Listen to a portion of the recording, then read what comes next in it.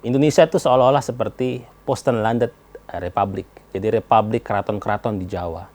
Kenapa dikatakan seperti itu? Karena memang mewarisi sebuah pikiran yang disebut sekarang sebagai etika politik Jawa.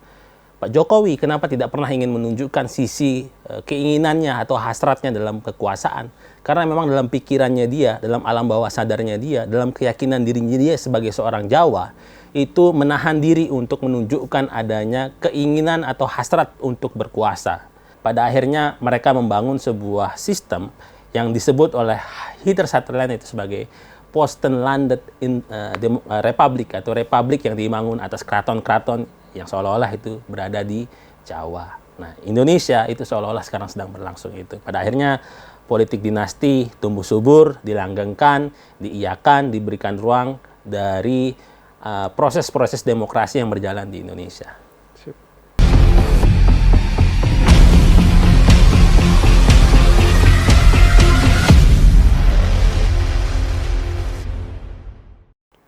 Halo, Assalamualaikum warahmatullahi wabarakatuh.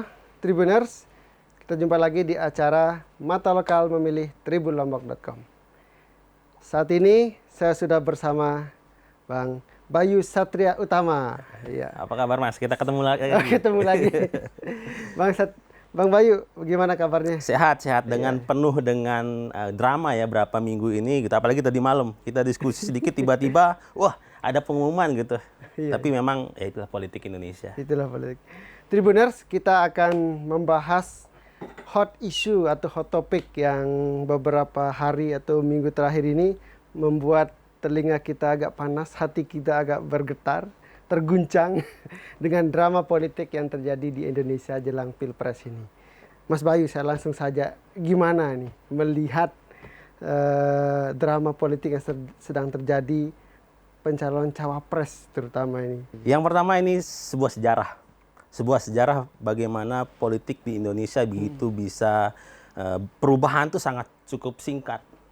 Karena seorang anak muda yang dulunya dikatakan belum punya peran, belum punya kamar, wilayah untuk bermain sebagai aktor politik sentral, ternyata beberapa tahun ini sudah mulai terlihat. Contohnya adalah Gibran, Mas Gibran. Kita bisa lihat bagaimana Mas Gibran dengan kondisi dia sebagai seorang anak dari presiden, tetapi dia justru memiliki tim bagi saya. Tim yang bisa membangun bagaimana kerja mesin-mesin politik untuk bisa masuk merangsek ke sektor-sektor elit politik di tingkat senior. Itu sangat luar biasa. Sehingga komunikasi yang dibangun oleh tim dari Mas Gibran, tidak hanya melihat dari Pak Jokowi tentunya, tim dari Mas Gibran itu sendiri yang membuat mereka itu bisa menjadi sebuah pilihan tidak alternatif lagi, pilihan utama untuk menjadi pasangan dari Prabowo. Bahkan Mas Gibran itu bisa menjadi sebuah gambaran bahwa anak muda itu cukup diperhitungkan saat ini, seperti itu. Kenapa harus Gibran tiba-tiba muncul? Apa ini memang sudah disetting lama atau memang tidak ada pilihan lain? Saya rasa ini disetting kan banyak juga itu yang muda-muda kan banyak. Ya, ini disetting. Sandi Erik kan termasuk masih muda. Masih muda. Saya rasa ini settingan, Mas. Karena memang konstelasi politik di Indonesia kan saya katakan seperti bincang-bincang kita sebelumnya bahwa inilah kegagalan dari partai politik. Gagalnya partai politik untuk menghasilkan sebuah kader yang cukup baik di tingkat massa itu digantikan dengan kader-kader yang cukup populis. Nah, Gibran adalah salah satu kader yang cukup populis yang dia bisa masuk ke sana kemari. Ini seolah-olah seperti partai ini menjadi perusahaan multinasional.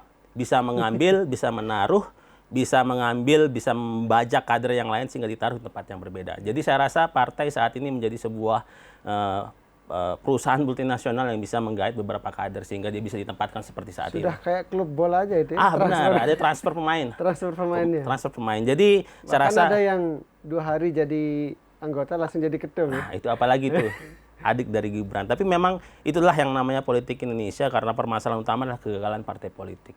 Ketika kegagalan ini berlangsung, maka semuanya akan terkena imbasnya. Salah satunya adalah kader-kader lama itu merasa kecewa mungkin dalam hatinya.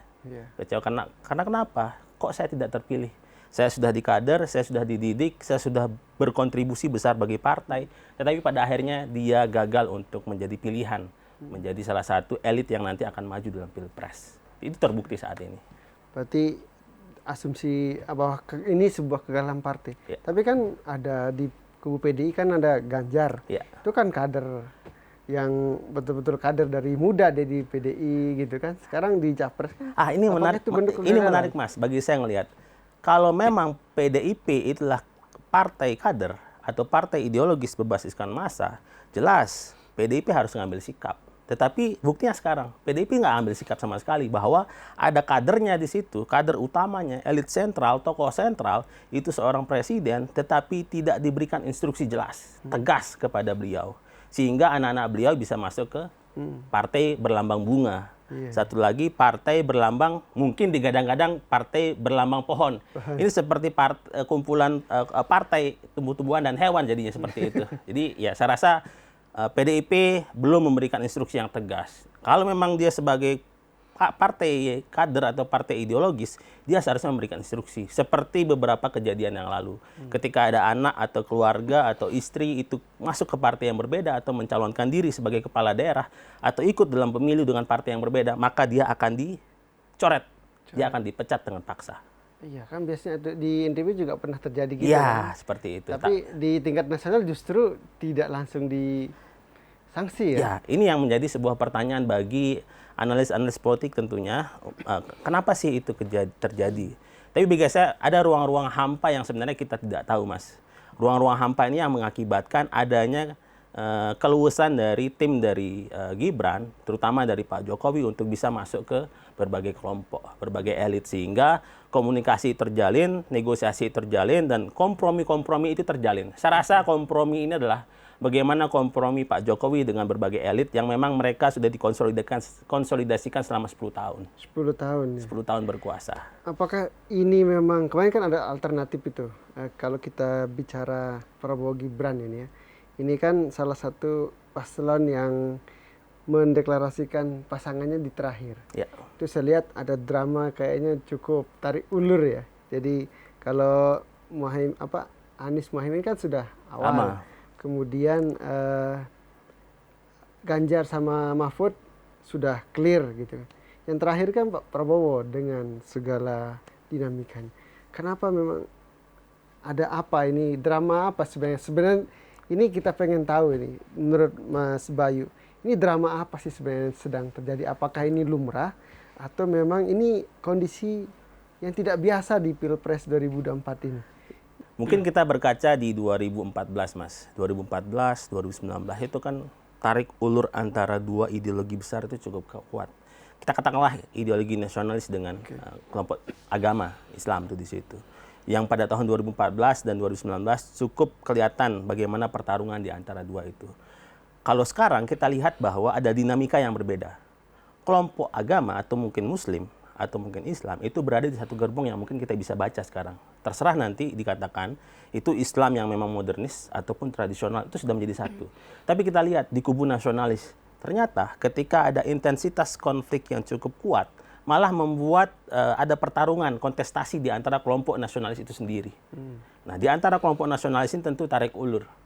Yang mana yang nanti akan lebih kuat. Saya rasa ada kompromi, ada negosiasi, ada komunikasi di antara kelompok nasionalis ini yang membuat mereka itu harus bermain seperti ini, Mas.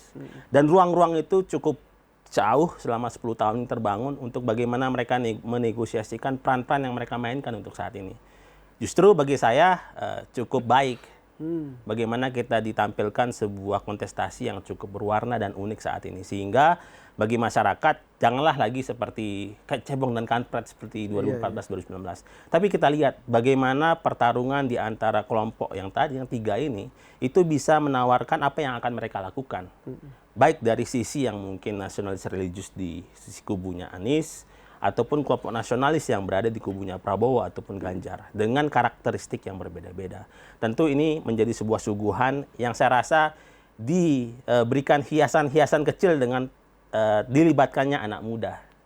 Dengan mungkin keterlibatan dari Mas Gibran itu membuat sebuah perhatian bagi anak-anak muda untuk ikut terlibat. Ya mungkin salah satunya Mas Sir semangat itu karena anak muda juga tampil, Mas ya. Jadi justru karena golongan orang tuanya kan.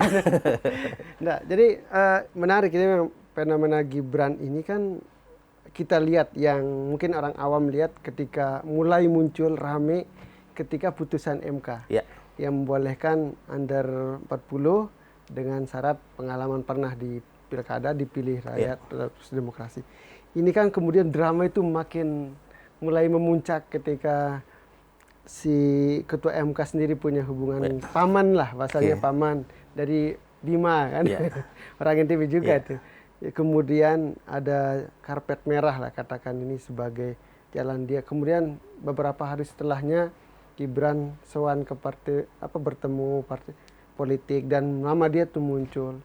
Kemudian setelah itu baru tadi malam kita obrolkan, ternyata udah duluan dideklarasikan kan. Nah ini kan drama ini menarik, fenomena Gibran ini. Kalau kita, Mas Bayu, gimana pendapatnya soal MK tadi itu? MK ini apakah semacam buruk untuk praktik politik, melanggengkan politik dinasti, atau memang ada hal lain di sini? Kan ada kesempatan anak muda juga di sini.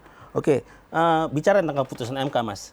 Kalau saya sih, keputusan itu keputusan yang biasa. Bagaimana MK bisa menghasilkan keputusan seperti itu. Tetapi kenapa ini menjadi perbincangan yang cukup menarik, cukup hangat, dan menjadi sebuah perbincangan yang cukup panjang? Saya rasa tema dari perbincangan itu yang membuat ini sebuah menjadi perhatian atau persepsi publik itu mengarah ke sana, bahwa ada politik dinasti. Di Indonesia, kalau kita berkaca pada sejarah, itu memang politik dinasti itu sudah mengakar jauh dan mendalam. Sejak bahkan ketika negara ini belum ada. Di zaman feodalisme Jawa, di zaman kolonialisme Belanda, di zaman fasisme Jepang, sampai dengan Orde Baru dan sampai sekarang. Itu sudah mereka bagaimana terlibat dalam apa yang disebut dengan dinasti politik. Atau dalam bahasa teoritisnya adalah familisme. Bagaimana ketergantungan orang untuk merekrut atau mengangkat saudara atau anak dan keluarganya untuk menjadi sebuah pemimpin atau menempati jabatan tertentu. Saya rasa ini yang menjadi perhatian karena menjadi perbincangan yang cukup lama. Tidak hanya untuk saat ini. Mungkin kita bisa lihat di era pemilihan 2004. Itu sudah mulai perbincangan politik dinasti. Tetapi tidak sehangat sampai saat ini. Karena memang kita lihat dulu dalam sejarah di Indonesia, yang disebut sebagai politik dinasti itu kan kelompok Pangereh Praja. Atau dalam bahasa Belandanya Inlandsbestuur, di mana Inlandsbestuur ini menjadi sebuah penghubung bagi kelompok masyarakat Menak atau bangsawan yang mereka itu memiliki pengaruh doktrin secara nilai, tradisi, ekonomi, kekuasaan, tanah, sehingga mereka itu bisa menggerakkan massa. Dan mereka lah yang digunakan sebagai penghubung bagi kolonialisme Belanda untuk menghubungkan mereka. Priai lah ya. Ya, kelompok priai. Pada akhirnya mereka ini menjadi sebuah kelompok yang cukup elit dan menjadi kelompok kelas yang memberikan pengaruh yang cukup lama di Indonesia. Sehingga mereka diakui sebagai kelompok pemimpin pada akhirnya. Sehingga pada akhirnya masyarakat yang sudah tertanam dengan mekanisme kebudayaan ini, pada akhirnya mereka mengakui bahwa politik dinasti tidak bermasalah. Karena memang itu bagian dari kebudayaan Indonesia. Asalkan, nah ini dia Mas yang kita bicara saat ini.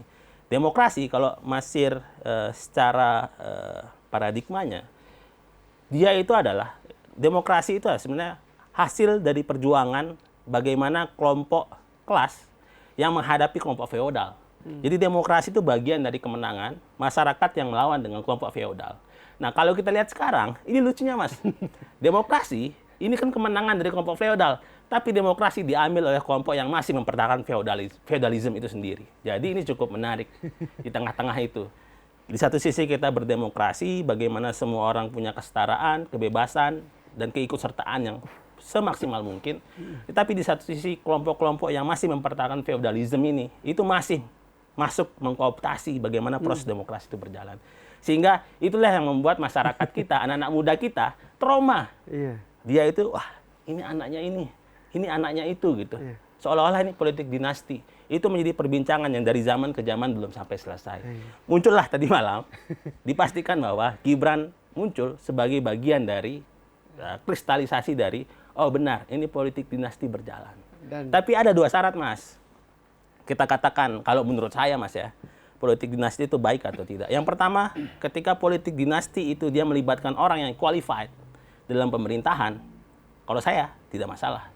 Karena memang ketika orang itu dia memiliki kemampuan, memiliki kapasitas, kenapa tidak? Yang mungkin bagian dari politik dinasti atau bapaknya, ibunya itu bagian dari kekuasaan yang lama, kenapa tidak? Karena memang itu proses, itu bawaan dari dia. Dan yang kedua, dia harus mewarisi nilai perjuangan dari kelompok keluarganya itu. Semisal, kalau menurut Mas Sir, saya jadi mempertanyakan ke Mas Sir ini, saya jadi wartawan sekarang ini, Mas. Apa, Mas? Nah, misalkan begini, Mas. Kalau menurut Mas Sir, Megawati itu politik dinasti nggak? Kalau ada anaknya juga ya, Ya, Pak Puan SBY ya, juga ya. Pak SBY juga seperti Ya, itu. kalau pengertian itu ya hampir-hampir lah ya. Ya, Karena langsung anaknya kan Mbak Puan itu juga posisi strategis. oke. Meskipun, tapi saya lihat ada prosesnya, tidak instan. Tidak langsung jadi capres-cawapres. Iya. Kan dia juga bahkan kalau mau kan bisa langsung. Langsung. Nah, itu yang memang kita perlu lihat bahwa ada beberapa masyarakat yang langsung menyudutkan politik dinasti itu jelek, kotor. Tapi ada masyarakat yang melihat politik dinasti itu tidak bermasalah selama dua hal tadi menurut saya. Apa ada faktor kultural di situ? Ya, karena faktor kultural, Mas. Kita contoh saja di NTB ini. Di NTB ini adalah kelompok yang memang dulunya dikuasai oleh kelompok-kelompok menak juga. Yang memang pada dasarnya mereka itu butuh pengulu, butuh dengan toa, butuh orang yang dihormati untuk memimpin mereka dalam sebuah desa mungkin pada saat dulu. Sampai muncul ke sini dan mereka digunakan sebagai bagian dari birokrasi pemerintahan pada zaman Belanda, zaman Jepang, sampai sekarang. Mereka pun masih membutuhkan sosok-sosok itu. Nah, mungkin masih tertanam secara kultural mereka itu bahwa saya butuh pemimpin yang berasal dari kelompok-kelompok yang memang tumbuh dan besar sebagai bagian dari keluarga pemimpin itu sendiri. Contoh sederhana yang kita bisa sebutkan sekarang, walaupun tidak bisa disebutkan secara langsung secara politik dinasti, keluarga turunan dari Maulana Syekh, Tuan Guru Pancor, itu kan banyak keturunan-keturunan beliau yang menjadi beberapa tokoh-tokoh ataupun pejabat tinggi di NTB. Secara fungsional, di birokrat, politik, dan bahkan secara kultural. Itu kan masyarakat menerima itu semua. Nah, catatannya adalah mungkin bagi saya ketika kita bicara Gibran, mungkin Gibran di antara dua hal itu tidak mewarisi, tidak membawa nilai dari nasionalis itu sendiri, masih belum terlihat. Mungkin bukan tidak membawa ya, belum terlihat, Mas. Belum terlihat. Belum sepak terlihat. terjangnya. Ya, sepak terjangnya belum terlihat, gagasannya belum terlihat. Mungkin bagi masyarakat. Ya. Kan dia jadi wali kota juga, Mas. Ya, itu kan 2 tahun. Kalau kata Pak Jokowi, ya itu kan baru 2 tahun. Seperti Cukup itu. ya. Mungkin bagi beberapa orang, bagi orang-orang Solo, Surakarta, cukup. Karena memang mungkin banyak pembangunan di situ. Tapi yang dibutuhkan, Mas, orang NTB apakah melihat pembangunan yang ada di Solo? Belum tentu. Itu yang membuat pertanyaan bagi masyarakat NTB. Apakah Gibran cocok mendampingi Pak Prabowo?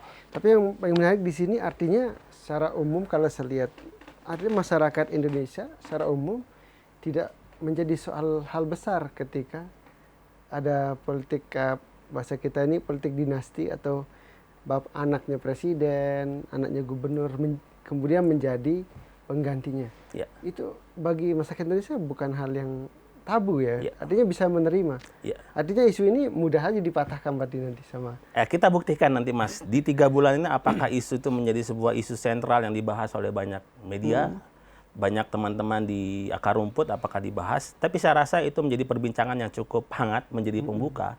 Tapi pada akhirnya tidak akan membahas tentang cukup dalam membahas politik dinasti. Karena proses politik dinasti itu di beberapa daerah itu berjalan, Mas. Itu masih terawat dan masih berjalan. Contoh sederhana, dulu beberapa tahun yang lalu ada Tubagus Hasan di Banten. Kalimantan Tengah itu ada Teras Narang. Terus di beberapa daerah di Lampung itu ada juga. Yang sekarang terakhir menghangat salah satu tokoh keturunan politik dinasti dari Sumatera Selatan, Sulawesi Selatan. Ada keluarga Limpo.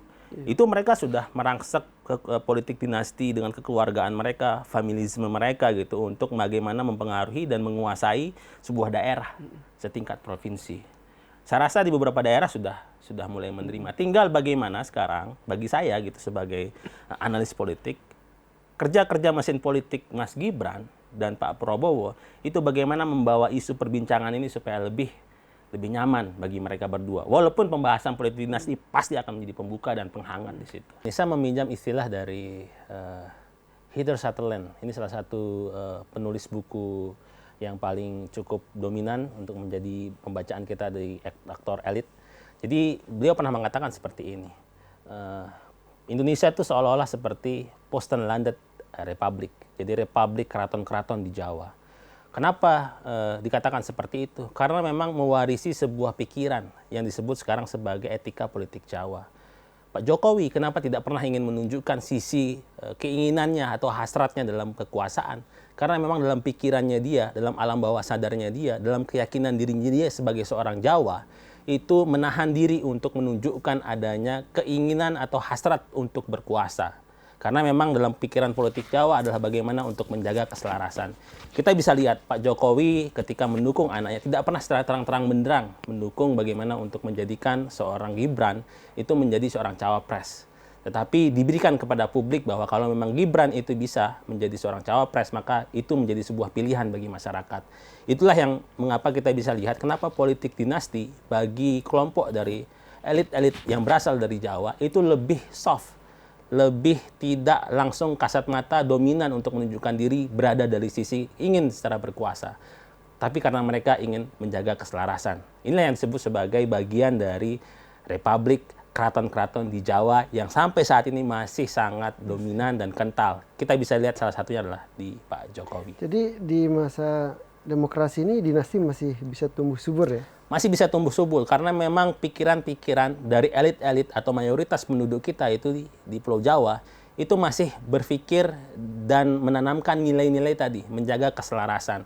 Sehingga menjaga keselarasan itu bagaimana caranya? Dimulailah dari tingkat keluarga. Dimulailah dari orang-orang yang terdekat. Pada akhirnya mereka membangun sebuah sistem yang disebut oleh Peter Sutherland itu sebagai post-landed republic atau republik yang dibangun atas keraton-keraton yang seolah-olah itu berada di Jawa. Nah, Indonesia itu seolah-olah sekarang sedang berlangsung itu. Pada akhirnya politik dinasti tumbuh subur, dilanggengkan, diiyakan, diberikan ruang dari proses-proses demokrasi yang berjalan di Indonesia. Mas, ini sebenarnya yang dikhawatirkan kan politik dinasti. Oke lah, masyarakat Indonesia mungkin kalau sebenarnya masih lebih cenderung nerima ya, karena pengaruh kultur sama historis. Tapi apa sih sebenarnya yang dikhawatirkan dengan adanya politik dinasti ini? Kan semangat reformasinya kan ada KKN itu kan. Sebenarnya apa yang mungkin bisa dibaca ini yang menjadi dampak buruk mungkin ketika dinasti ini terlalu berkuasa? Kalau kita lihat memang dari sisi penerimaan, ini namanya masyarakat Mas ya, tidak begitu dalam untuk bagaimana menganalisis apa sih dampak dari politik dinasti yang berjalan. Yang paling pertama saya sebutkan adalah sirkulasi elit yang terjadi dalam sebuah negara ataupun sebuah daerah, baik itu provinsi, kabupaten, kota, itu tidak akan berjalan secara maksimal. Kenapa? Sirkulasi elit ini akan berada dan bertumpu pada keluarga-keluarga tertentu yang memiliki sumber daya, memiliki mesin politik yang sudah terbangun lama, akan terbelenggu di kelompok mereka saja. Sehingga kesempatan bagi masyarakat yang lain yang mungkin bisa memiliki kemampuan atau kapasitas yang lebih besar, itu akan sulit. Kenapa? Sirkulasinya hanya bertumpu pada kelompok itu. Itu yang pertama, Mas. Terus yang kedua, kembali ke partai. Partai itu akan dibuat semakin manja. Partai seharusnya melakukan kerja-kerja politik, mengkader, mendidik, menjaring, membuat mesin, berkontribusi di masyarakat. Mereka tidak akan melakukan itu. Karena apa? Mereka akan bertumpu pada kelompok-kelompok elit yang sudah kuat. Kepada siapa? Keluarga-keluarga yang sudah lama berkuasa. Pada akhirnya, kaderisasi di tingkat partai tidak akan berjalan. Kita bisa lihat sekarang, bagaimana Golkar berusaha untuk bagaimana menarik Gibran untuk menjadi kader mereka. Yang pada saat pengumuman, pada saat itu anak muda semua di belakang. Menyimbolkan bahwa Golkar semangat anak mudanya sangat tinggi. Tetapi tidak, Golkar manja saat ini. Bagaimana mereka itu hanya melihat election pada 2024 untuk mereka menangkan. Tapi proses kaderisasi itu tidak berjalan dengan maksimal. Itu akan berlangsung hanya pada bertumpu pada keluarga-keluarga itu saja. Itu yang kedua. Yang ketiga tentu proses dari nepotisme itu akan lebih mudah. Karena komunikasi yang terbangun. Ya sesama adik, kakak, ibu, dan paman. Semua lengkap. Ya tinggal kita makan bareng, perbincangan akan selesai pada saat itu juga. Itu yang membuat bagaimana negara demokrasi itu menghindari kejadian-kejadian seperti itu. Karena apa? Butuh keterbukaan, butuh transparansi, butuh keterlibatan masyarakat untuk terlibat dalam pemerintahan. Itu yang nanti saya rasa kalau memang dibiarkan secara terus-menerus bertahap, maka akan memunculkan kebudayaan hipokrit bagi saya, Mas. Saya meminjam istilah dari Han Racing, ini sebuah sejarawan. Kebudayaan-kebudayaan yang memang menjadi sebuah yang dirawat, yang dibiasakan seperti politik dinasti, ini seolah-olah menjadi bom waktu. Kenapa bom waktu? Karena pada akhirnya bom waktu ini akan meledak dan menghasilkan kebudayaan hipokrit. Hipokrit ini sejenis manusia yang sering berpura-pura.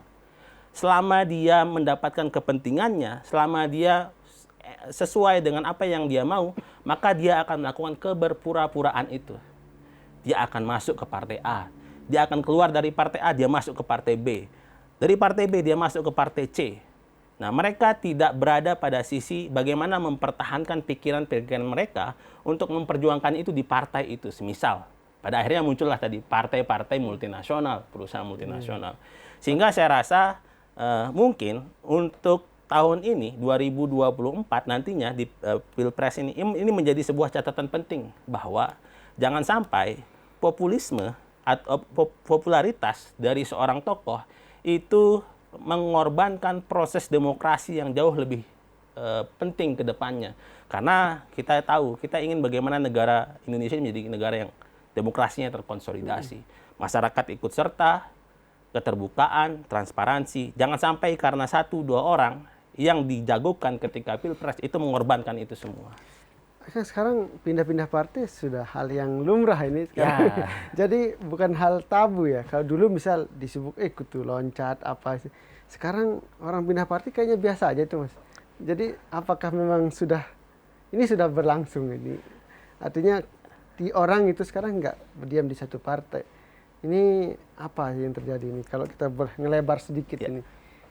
Karena pertama partai tidak memiliki ideologi, kecuali beberapa partai di Indonesia. Kita bisa sebutlah PDIP dengan semangat ideologi nasionalisnya. Atau mungkin kita bisa sebut PKS dengan semangat Islam modernnya.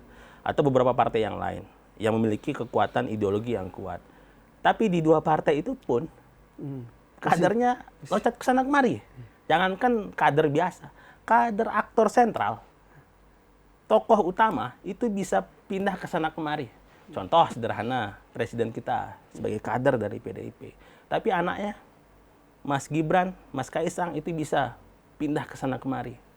Bisa masuk ke PSI, dan digadang-gadang bisa masuk ke Golkar. Saya rasa itulah, ini yang membuat kita itu menjadi sebuah pertanyaan di teman-teman analis politik, ilmuwan politik, bahwa memang di Indonesia permasalahan utama dari keseluruhan masalah yang ada di negara kita adalah tidak adanya bagaimana bisa terjadi reformasi di internal partai politik itu sendiri. Andaikan itu bisa berjalan, maka tentu harapan-harapan tentang bagaimana konsolidasi demokrasi, peran partai, peran masyarakat di dalam partai itu bisa berjalan dengan baik. Nah, itulah yang membuat ya mungkin masyarakat juga capek juga bicara ideologi. Nggak ngerti juga ideologi itu apa gitu ya. Taunya ya udah saya pilih ini, besok dapat ini, dan akan menjadi apa. Iya. Artinya apa ya, tadi pindah partai satu kader satu tokoh loncat-loncat atau pindah partai menjadi hal yang biasa, Mas. Jadi ini apa sih dampak buruknya nanti itu? Ini masih dampak buruknya bagi bangsa ini, atau mungkin tidak ada karena mungkin masyarakat ya udah pindah partai sama aja semuanya. Bagi saya, Mas, ketika banyak kader yang pindah partai, yang paling terdampak adalah partai itu sendiri. Kita bisa lihat banyak partai yang tumbang. Kita jangan bicara jauh-jauh, Mas. Kita nggak usah bicara tentang Indonesia. Kita bicara saja NTB. Kita lihat bagaimana dikdayanya Demokrat pada saat dipimpin oleh TGB. Begitu ditinggal oleh TGB, seberapa jauh penurunan suara dari Demokrat itu sendiri. Mungkin kita lihat beberapa di partai. Sehingga bagi saya gitu melihat bahwa fenomena kader yang pindah-pindah partai tersebut itu menghambat proses sirkulasi elit atau kaderisasi, yang pada akhirnya kan partai ini fungsinya adalah bagaimana mereka menciptakan pemimpin. Ketika partainya tidak bisa menciptakan pemimpin seperti apa yang akan disodorkan oleh partai kepada masyarakat?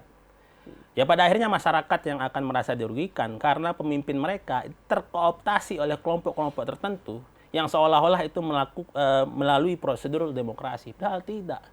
Kenapa? Karena memang partai tidak menjalankan peran dan fungsinya. Bagaimana untuk menjalankan kaderisasi tadi. Pada akhirnya muncullah nama A, nama B, tiba-tiba muncul sebagai bagian dari tokoh utama yang populer, yang punya elektabilitas tinggi, yang dia punya akseptabilitas di masyarakat tinggi. Kenapa? Karena itu bentukan. Punya akses lagi. Ya, punya akses. Yang tentu mereka akan didorong dan dibantu oleh bohir-bohir mereka sendiri. Iya. Pada akhirnya, ya siapa yang akan diuntungkan? Ya siapa yang akan support mereka paling awal? Pendukung-pendukung mereka. Masyarakat di nomor berapa? Di nomor sekian. Itu yang bahayanya adalah partai tidak menjalankan fungsinya. Menjadi bagian dari alat demokrasi kita untuk bisa menghadirkan elit-elit politik yang tentu dibutuhkan oleh masyarakat. Oke, Mas. Ini kan kembali ke dinasti-dinasti. Ya. Dinasti, saya dulu dengar dinasti itu kayak di film-film Cina, dinasti Ming apa. Sekarang ini udah nyata di kita, atau kalau ini misalnya di Jawa Barat ya. Kemarin kan jadi ribut rame dinasti ya karena fenomena Gibran. Ya kita faktanya bahwa dia putra sulung Presiden. TGB, dan faktanya pamannya adalah ketua MK. Iya. Itu kan fakta-fakta yang nggak bisa membuat asumsi masyarakat tidak bisa dibendung kan. Nah, bagaimana sekarang anak muda ini, kan para elit sudah mempertontonkan bagaimana begitu cairnya ya, kalau bilang cair sekali ideologinya, begitu cairnya di para elit ini mempertunjukkan bahwa para tokoh yang harusnya jadi yang disebut-sebut tapi nggak jadi, dan seperti melanggengkan politik dinasti ini dipertontonkan elit. Lalu bagaimana sebenarnya sikap anak muda harusnya menyikapi ini? Yang pertama ya kita ucap syukur juga ya. Dengan adanya Gibran itu bisa masuk sebagai kandidat cawapres. Tentu kesempatan ini terbuka untuk semua orang. Tidak hanya untuk anak presiden. Masir mungkin nanti, tapi sebelum cawapres jadi wali kota atau bupati dulu, Mas. Karena kan peraturan seperti itu. Nah, jadi keterbukaan untuk dapat menjadi bagian anak muda berproses mencalonkan diri sebagai aktor utama dalam pemilihan di tingkat presiden dan wakil presiden itu terbuka. Kita cukup mensyukuri itu. Anak muda mensyukuri itu. Kenapa? Karena memang memiliki ruang. Dibukakan ruang untuk bisa terlibat secara langsung sebagai calon tanpa harus menunggu batas umur. Tapi catatannya adalah jangan sampai kesempatan ini menjadi sebuah kesempatan bagi kelompok-kelompok tertentu itu untuk mengkooptasi kepentingan mereka. Ya karena mungkin anak muda masih idealis, masih butuh senior, butuh arahan dan sebagainya. Jangan sampai mereka-mereka atau kita-kita dikooptasi oleh kepentingan-kepentingan tertentu. Itu catatan dari saya, Mas. Sehingga ke depan saya rasa anak-anak muda di Indonesia itu bisa ikut tampil, tidak hanya Gibran, dari Papua sampai Aceh, bahkan di NTB. Tidak perlu menunggu umur untuk menjadi cawapres. Atau bahkan seperti TGB dulu. Tidak perlu kita jauh-jauh untuk menunggu waktu menjadi seorang gubernur misalnya atau cawapres. Cukup dengan umur 35 menjadi kepala daerah, punya kapasitas, punya kemampuan, punya jejaring, punya mesin, punya sumber daya, maka silakan ikut bertarung dengan senior-senior kita. Karena sudah waktunya anak-anak muda itu ikut untuk tampil di situ. NTB sebenarnya sudah punya pengalaman. Sudah punya pengalaman. Tuan Guru Bajang dengan umur beliau. Gubernur termuda ya, pada saat itu. Dan hasilnya positif kan? Positif dan terbukti. Nggak ada kata anak muda tidak bisa berkontribusi. Artinya dari sisi itu sebenarnya tidak ada masalah. Tidak ada kan? masalah. Dengan putusan MK. Ya, selama dia tidak dikooptasi oleh kepentingan-kepentingan tertentu. Iya. Ya, mungkin artinya positifnya ini membuka keran bagi anak muda yang usia 35, saya 36 lah ya. Masih bisa masuk, Mas. Iya, masuk. Masuk. Mas Bayu masuk 30 gak? Ya sebentar lagi lah. Oke lah. masih ngejar 5 tahun. Kayak saya udah masuk kriteria ini. Tapi belum masuk ada syaratnya juga kan di ya, harus ya. Oke, tapi ini memang positifnya dari putusan MK ini, keran anak muda terbuka lebar. Artinya bahkan nanti nextnya mungkin akan mendorong lebih banyak lagi anak muda yang tampil ya sebagai pemimpin di daerah ya. Tapi kemarin kan jadi rame karena ada drama politik dinasti lah. Itu kan memfasilitasi ada paman, ponakan dan bapak gitu kan jadi ramai seperti itu, Mas. Ya memang secara etika ya kita bisa lihat memang bagaimana familisme bekerja ya. Memang kan ada karakteristik, Mas. Ketika politik dinasti itu bekerja. Karakteristik yang pertama dalam sebuah familisme itu harus ada harapan. Ada sikap bagaimana kepentingan dari keluarga itu yang paling utama. Iya. Terus yang kedua ada kesulitan di dalam keluarga itu sendiri. Dan yang ketiga, segala apapun yang diperbuat itu akan pada akhirnya akan menjadi kepentingan keluarga yang digolkan. Iya. Konsep dasar dari karakter familisme kan seperti itu, atau politik dinasti itu seperti itu. Sehingga saya rasa ketika Mas Gibran dibantu oleh pamannya, dibantu jejaring oleh mungkin saudara-saudaranya, oleh sanak keluarganya, saya rasa itu menjadi sebuah catatan demokrasi untuk Indonesia. Etika politiknya sangat, bagi saya sih, tidak bisa mendidik masyarakat secara baik. Itu buruknya, Mas, saya rasa. Walaupun tadi kita bicara tentang baiknya muda ada kesempatan, tapi buruknya pendidikan politik tidak. Pendidikan politik untuk menunjukkan bahwa negara ini memiliki negarawan-negarawan yang secara etika politik itu masih kurang. Ya mungkin seharusnya bermain dengan cara-cara yang lebih elegan. Iya. Tidak seperti, ya karena mungkin mendadak juga, Mas. Pada akhirnya sudah main tembak-tembak saja gitu kan. Iya. Kalau nggak sekarang ya kapan lagi gitu. Mas. Oke, kita bicara lebih jauh soal Gibran, Mas. Gibran ini kan sosok, ini kan pertanyaan orang. Ini harusnya seberapa besar nanti dia akan mempengaruhi elektabilitas Prabowo di Pilpres kita kalau dari pembacaan teman-teman Makaras ini. Oke, kalau kita lihat dengan kondisi peran dari Pak Prabowo dibantu oleh Mas Gibran, tentu Mas Gibran ini kita tidak bisa melihat dia sebagai seorang individu sendiri. Tapi kita perlu melihat siapa di balik dari Mas Gibran. Itu ada siapa? Pak Jokowi. Ada bapaknya. Ada bapaknya. Ada abinya gitu. Iya, ada abi. Nah, di situ.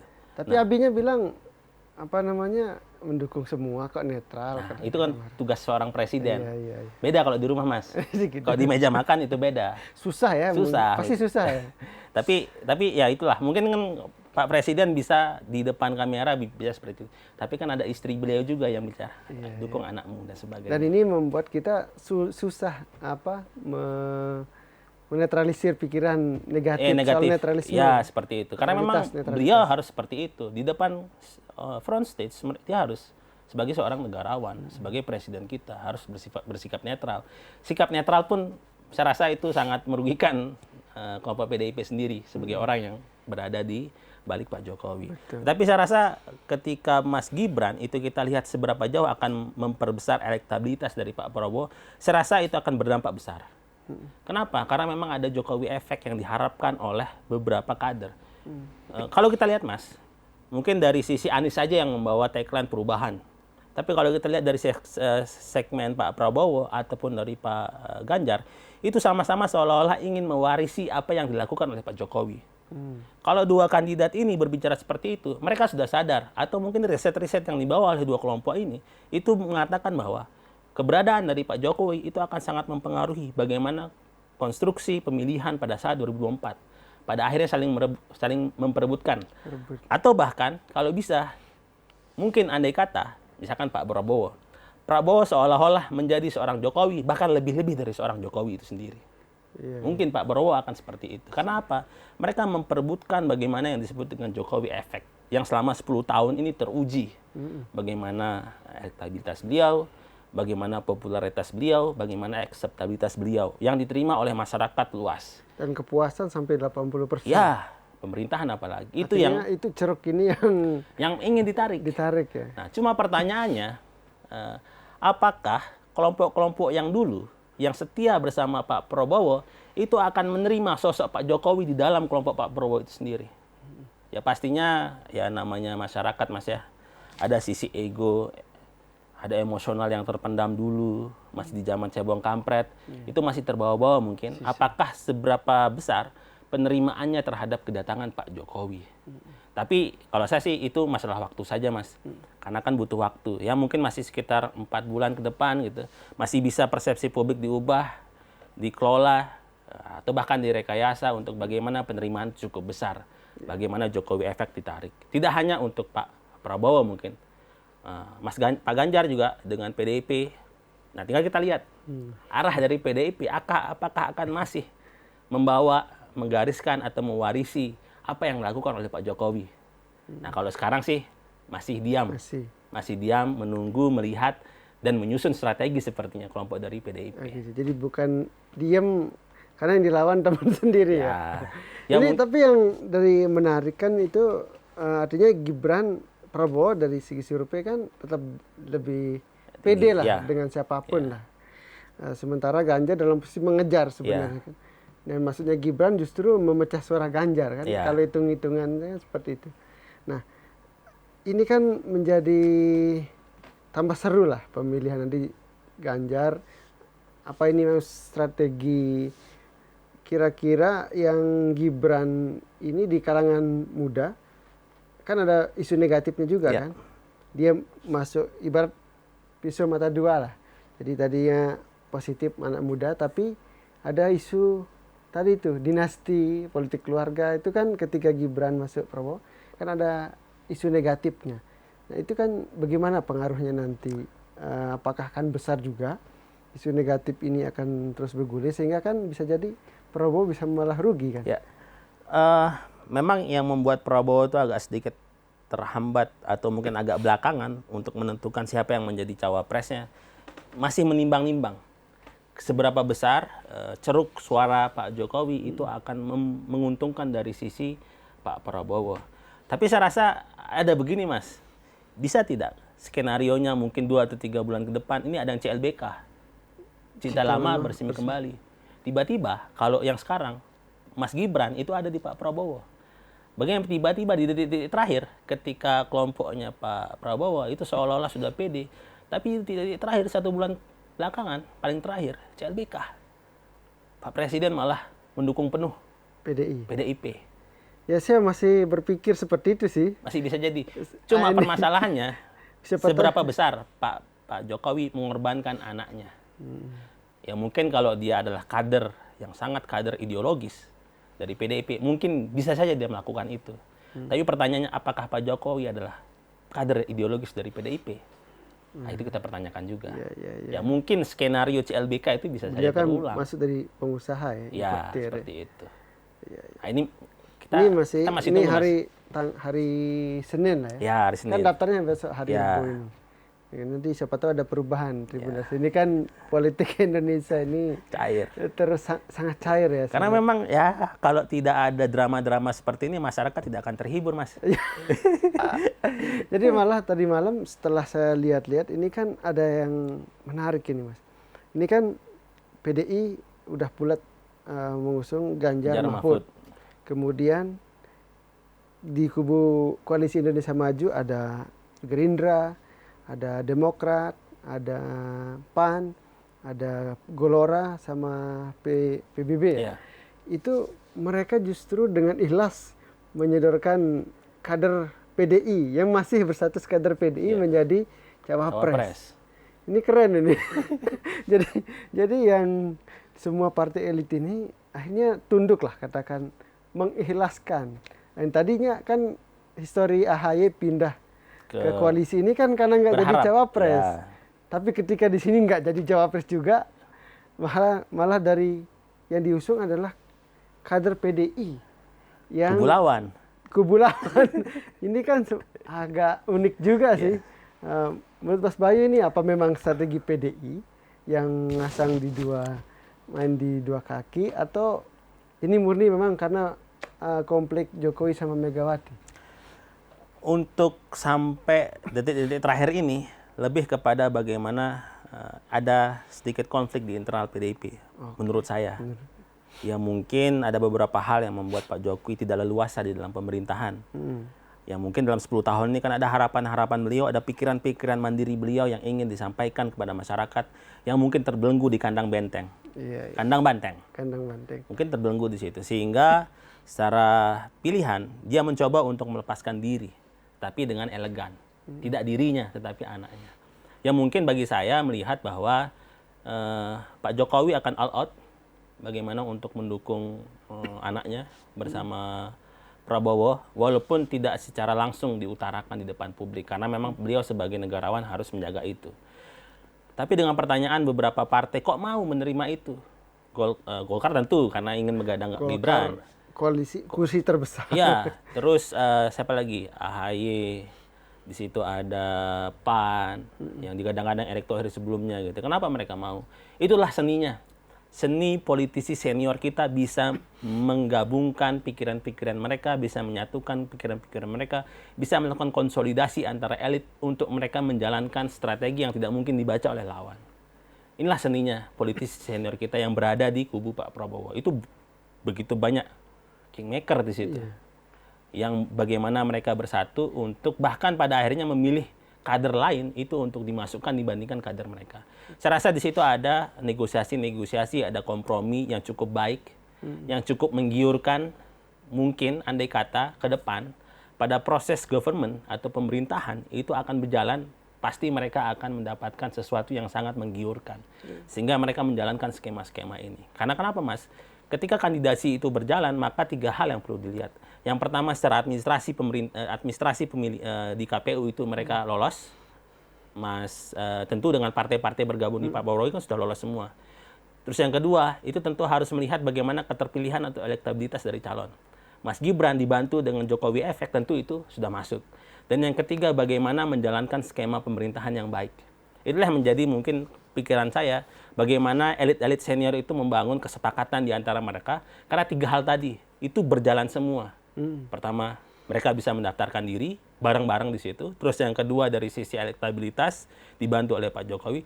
Dan yang ketiga, kita ingat beberapa tahun yang lalu bisa jadi ada kekisruhan ketika membangun pemerintahan. Tetapi ketika melihat kondisi seperti ini, pasti ada negosiasi yang membuat kompromi sehingga pada saat membangun pemerintahan struktural, perencanaan itu sudah diselesaikan pembicaraannya sebelum pada saat pemilihan. Jadi sudah ada kompromi di balik. Sudah ada kompromi. Itulah seni dari politisi senior kita. Ya. Ini hal yang positif justru ya. Saya rasa bagi kelompok mereka positif. Belum tentu yang positif di kelompok mereka akan positif di masyarakat. Kita bisa lihat nanti dan kita bisa nilai. Oke. Itulah demokrasi, harus ada. Sangat besar ya nanti pengaruh Gibran ya. Nanti kita tunggulah di Pilpres ya. Ya, itu untuk di tingkat nasional, Mas. Tapi di NTB kita bisa berbicara hal yang berbeda. Nah, kita setelah Gibran, pasangan Prabowo Gibran lah. Ini kan ada Ganjar sama Mahfud yang juga komposisi yang orang bilang ini komposisi sangat ideal. Ya. Tadi kan nasionalisme diwakili Pak Ganjar dengan keluasannya dan gaya belusukannya juga mewarisi Pak Jokowi kan, apalagi dia teman dekatnya Jokowi juga. Kemudian sosok yang diharapkan di kalangan masyarakat Indonesia terutama kalangan menengah ya, Pak Mahfud kan juga sosok yang sangat berani, bahkan beberapa aksi dia mengungkap beberapa kasus di Indonesia juga menyedot perhatian. Ini gimana Mas dengan komposisi Ganjar dan Mahfud dengan adanya Prabowo Gibran, ada Ganjar Mahfud, kemudian ada Amin. Kira-kira posisi Ganjar sama Mahfud itu seperti apa nanti di Pilpres? Oke, kalau kita bicara nasional, Mas, kita bisa bicara dari 2014 dan 2019 sebagai patokan, perbandingan, Mas ya. Dulu Pak Jokowi ketika melawan Prabowo Hatta, itu beliau menang sekitar 53%. Sedangkan Pak Prabowo Hatta itu sekitar 44,5%. Secara teritori, perbedaan kemenangan itu kalau Pak Jokowi itu menang di 23 provinsi. Dan Pak Prabowo Hatta itu menang di sekitar 11 provinsi, 11 atau 10 provinsi. Saya mungkin bisa dibantu nanti dicarikan yang validnya. Lalu di 2019 ketika Pak Jokowi Amin itu menang dengan angka 55%. Dengan disandingkan dengan Prabowo Sandi itu sekitar 44,5%. Mirip suaranya di 2014 dan 2019 Pak Prabowo. Kita lihat secara teritori, kalau dulu Pak Jokowi itu menang di 23 provinsi pada saat 2014, di 2019 Pak Jokowi itu menang sekitar 21 provinsi. Tidak ada kenaikan bagi seorang Prabowo itu di angka sekitar 13 provinsi. Ada kenaikan sekitar 2 provinsi, 2 atau 3 provinsi kenaikannya. Itu bisa kita lihat bagaimana kinerja mesin ternyata ketika ada peralihan pemain, itu ada kenaikan dan penurunan yang cukup signifikan di antara pemilih di situ di masing-masing provinsi. Ketika kita lihat nanti di 2024, nah kita bisa baca apakah kecenderungannya akan sama. Nah, menurut saya kecenderungannya adalah bagaimana Bu Mega dengan PDIP-nya akan menjaga daerah-daerah basis masa mereka, yang memang kader-kader solid mereka itu akan terjaga di daerah-daerah tersebut. Itu daerah Kalimantan mayoritas dominan PDIP. Di daerah Sulawesi, Sulawesi Utara, Selatan, Timur itu rata-rata dimenangkan oleh PDIP pada saat pemilihan di 2014 dan 2019. Papua, Bali, NTT, Sumatera sebagian besar dimiliki oleh Pak Prabowo. Nah, ini yang nanti akan dilihat bagaimana skema mesin dari masing-masing partai itu untuk memainkan jejaring mereka untuk bisa mempertahankan suara-suara tadi. Ya mungkin nanti dengan adanya Mas Gibran di Pak Prabowo, itu tentu akan mengganggu suara-suara dari PDIP. Tapi ketika PDIP sudah mengarahkan mesinnya, sudah mengarahkan timnya, sudah mengarahkan bagaimana SDM mereka, sumber daya mereka ketika ingin memenangkan Ganjar dengan Mahfud, otomatis saya rasa tidak akan jauh berbeda penurunan. Mereka akan tetap solid.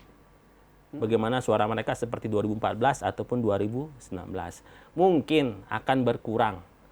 Atau bahkan mungkin sebagian kecil itu akan lari ke pasangan yang baru. Nah, saya rasa pemilihan tahun 2024 ini akan tidak hanya satu kali. Pasti akan ada putaran kedua. Dua putaran. Kemungkinan besar 2 putaran. Karena memang bagaimana komposisi saat ini itu lebih dominan bagaimana kelompok nasionalis memperebutkan basis-basis mereka. Yang satu lagi basisnya yang tidak bisa diganggu. Yang memang sudah apa adanya, makanya dia paling bawah secara survei gitu. Tinggal bagaimana memperebutkan di 2 ini saja. Dan saya rasa Pak Ganjar, Pak Mahfud itu didorong dan dibantu oleh mesin-mesin politik yang sangat kuat, sangat solid. Dan bagaimana mereka akan bergerilya di daerah-daerah yang memang di 2014, 2019 itu menang. Luar biasa. Artinya Ganjar sama Mahfud ini masih bisa nggak memanfaatkan sentimen tadi itu diksi pengkhianatan yang sedang berkembang sekarang? Pasti Masir. Menurut saya itu kan bagaimana membangun persepsi publik. Tentu mesin-mesin Pak Mahfud, Pak Ganjar itu akan memainkan isu-isu tadi. Sentimen-sentimen negatif dari politik dinasti, dari mungkin keterkhianatan seorang PDIP, Megawati dan sebagainya, itu pasti akan dimainkan. Tetapi itu kan bagian kecil dari proses bagaimana mereka berkontestasi di 2024. Saya rasa itu akan berjalan, tetapi ada skema-skema yang lebih signifikan, lebih mengakar di akar rumput, bagaimana mereka melibatkan aktor-aktor lokal untuk memastikan mengunci suara-suara dari yang mereka sudah raup di 2014 dan 2019.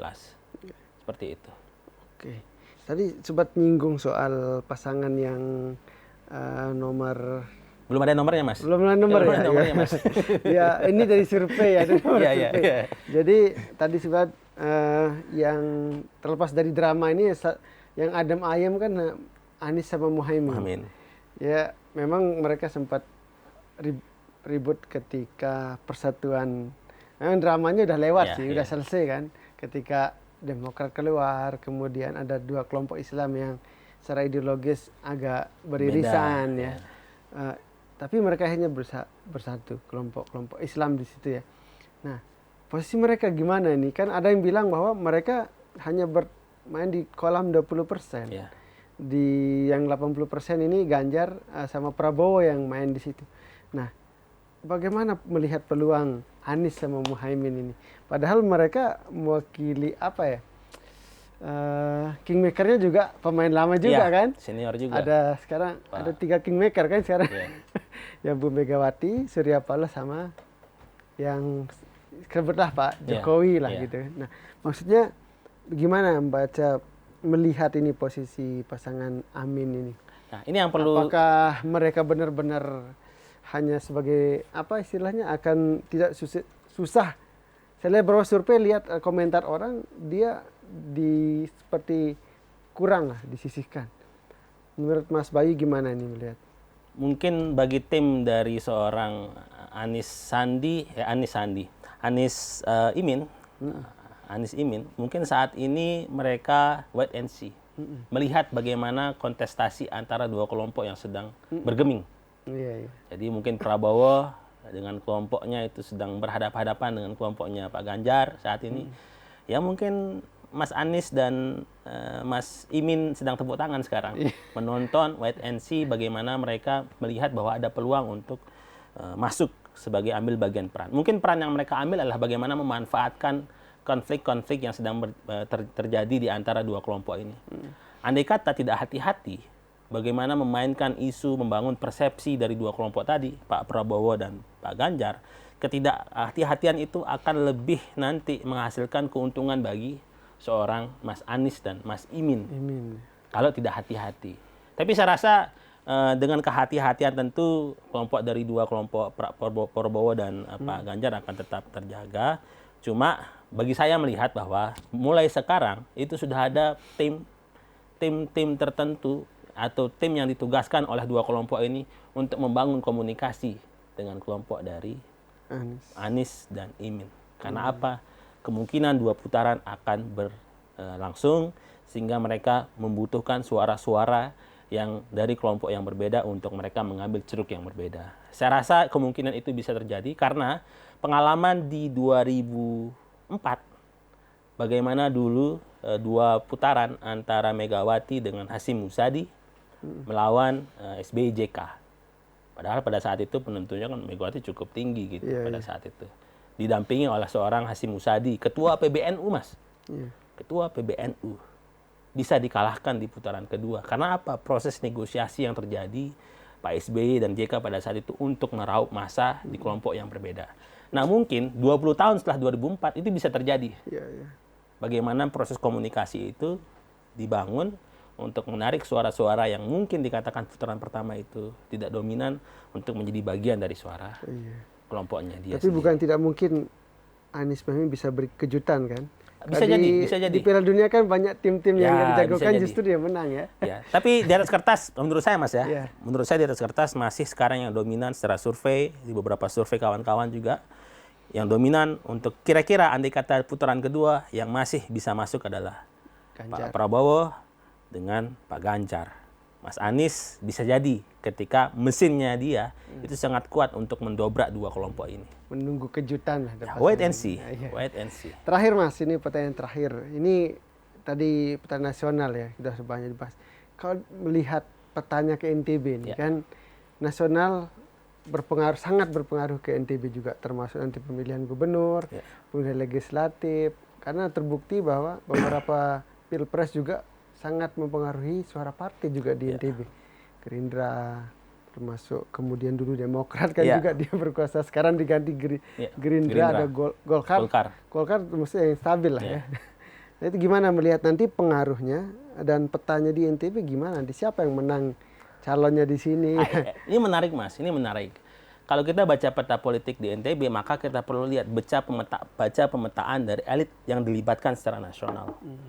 Ada beberapa elit yang saat ini berasal dari NTB itu sedang dilibatkan di nasional. Pertama, itu ada Tuan Guru Bajang. Tuan Guru Bajang saat ini dilibatkan sebagai tim pemenangan nasional bagi wakil ketua apalagi di tingkat tim di Pak Ganjar Mahfud gitu. Untuk yang di tingkat Pak Prabowo Gibran kita masih belum lihat siapa tokoh-tokoh NTB yang dilibatkan secara langsung terlibat di tingkat nasional. Kalau di Pak Anies dan Pak Imin itu belum juga terlihat tokoh-tokoh yang dimainkan. Cuma pertanyaannya adalah kalau saya sih rasa kelompok dari Pak Ganjar itu akan masuk untuk merangsek bisa mendapatkan suara lebih besar dibandingkan suara dari Pak Anies. Kenapa Mas? Karena memang dia berharap kepada TGB. Oke, TGB efek lah. TGB efek. Cuma pertanyaannya Mas, seberapa besar TGB akan mengambil keputusan untuk memasang badan secara terang benderang, secara terang-terangan itu menyatakan mendukung dan meminta warga masyarakat NTB untuk memilih Pak Ganjar. Karena permasalahannya adalah di NTB orang masih sedikit alergi, tanda kutip Mas ya, alergi terhadap banteng merah. Itu yang membuat mungkin pilihan-pilihan dari TGB tidak secara langsung akan digambarkan mendukung dengan solid bahwa yang didukung di NTB adalah Pak Ganjar. Tapi kalau TGB mengatakan dukungan penuh secara langsung belak-belakan di depan secara terang benderang, maka yang dipertaruhkan adalah suara dari Perindo. Itu yang membuat dia tidak secara langsung mengatakan saya dukung dengan penuh secara terang benderang. Mungkin karena belum mulai kampanye, Mas ya. Tapi mungkin kalau sudah kampanye akan disatakan seperti itu. Tapi resikonya adalah itu. Masyarakat tidak hanya melihat pilpres, tapi masyarakat juga akan melihat pemilu yang nanti akan mempengaruhi suara Perindo di NTB. Pilihannya seperti itu. Saya rasa Prabowo masih dengan suara cukup tinggi di NTB, walaupun akan berkurang kemungkinan karena ada sosok Pak Jokowi. Karena di NTB tidak banyak ya, atau mungkin banyak juga ya, yang masih memilih dan memilah apakah Pak Jokowi sebagai pemimpin mereka gitu. Terus yang kedua, Anies akan diuntungkan karena memang ada melibatkan beberapa tokoh-tokoh lokal di NTB, ada beberapa tokoh Lombok Tengah, Lombok Timur dilibatkan dan Sumbawa juga. Nah, kalau di Pak Ganjar itu melibatkan tokoh nasional. Tapi dengan tokoh nasional ini ada kurang lebihnya. Seperti itu menurut saya. Jadi di NTB dari 3 paslon ini Prabowo masih menang di NTB. Prabowo kemungkinan besar masih menang Masih di NTB. menang, tapi dengan perolehan suara yang berkurang. Perolehan suara yang berkurang. Kedua, Ganjar Mahfud. Kemungkinan kalau saya lihat pertarungan antara Ganjar Mahfud plus dengan Anies. Anies ya. Saya rasa kalau di NTB Ganjar Anies kan Mahfud juga cukup diterima di NTB itu. ya cukup diterima. Cuma permasalahannya mesinnya apakah akan begitu kuat dengan mesin sebelumnya? Karena memang mesin Nasdem kan diporak-porandakan sebelumnya di NTB. Tapi kan ada sentimen Islamnya Ya, juga. pasti akan dilihat seperti itu. Makanya saya mengatakan Tambah Pak Muhaimin NU ya pas di situ. Cuma permasalahannya Mas, NU ini apakah secara khusus menyerahkan suaranya kepada Pak Imin? Seperti itu. Itu yang mungkin membuat pertarungan antara Ganjar Mahfud plus Anies dan Imin itu sepertinya akan tarik ulur suara, memperebutkan suara dari Pak Prabowo di NTB. Oke. Luar biasa Mas Wahyu. Kita tunggu saja ini. Seperti apa akhir dari drama kolosal, drama kolosal politik ya, kita tunggu seri keduanya lah. Seri kedua. Ini masih kita tunggu hari Rebo ya. Hari Rebo, kalau Tribuners yang nonton setelah hari Rebo nanti mungkin sudah berubah.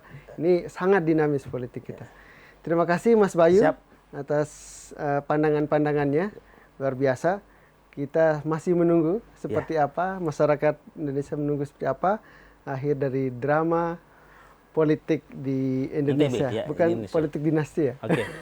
Ya bisa jadi seperti itu, Mas. Oke. Baik Tribuners, sekian dulu bincang kita di Mata Lokal Tribun Lombok. Kita jumpa di edisi selanjutnya.